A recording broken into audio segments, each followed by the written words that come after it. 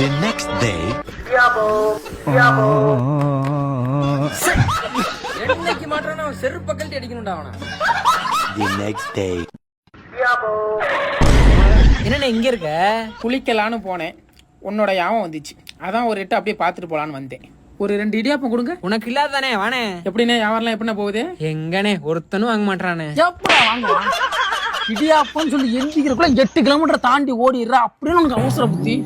வண்டியில பெட்ரோல் போட்டா உன் சௌரியத்துக்கு ஓட்ட கூட 2 இடியாப்பம் கொடு. அப்படியே அந்த வண்டியை கொடு. இறங்கு இறங்கு இறங்கு.